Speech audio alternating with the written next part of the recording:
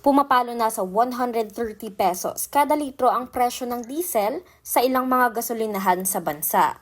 Dagdag pasanin na naman ito para sa mga kababayan nating magsasaka na daan-daang kilometro ang binabiyahe maihatid lang sa mga palengke ang lahat ng agri-products.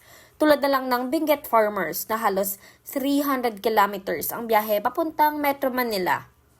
Ayon sa Kilusang Magbukid ng Pilipinas o KMP, hindi na abot kaya ang gastos sa transportasyon. Kaya naman, nananawagan ang mga magsasaka dahil mula sa dating 10 10-tonner trucks, bumagsak sa 1 hanggang 5 trucks ang bumabiyahe mula Benguet papuntang Divisoria.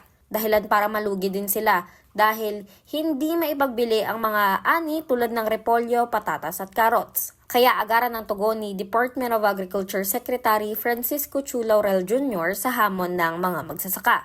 Una na riyan ang deployment ng 19 trucks sa Benguet mula sa DA para ma-deliver ang mga gulay rekta sa merkado.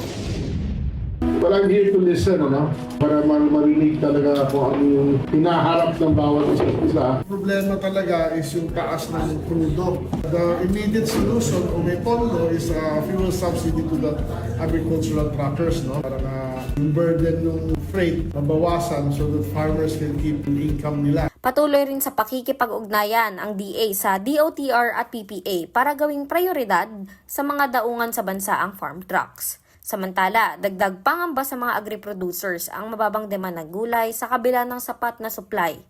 Bagsak presyo sa mga pamilihan ang gulay dahil matumal, kaya ang pamahalaan patuloy ang paghikayat na tangkilikin ng gulay sa palengke o kadiwaman dahil sa kaliwat ka ng pagsirit ng mga bilihin, ito ang swak sa bulsa. Para sa totoong balita sa Bagong Pilipinas, Ana Perilla ng D1 12:06 AM para sa Test Tanghal ng Congress TV.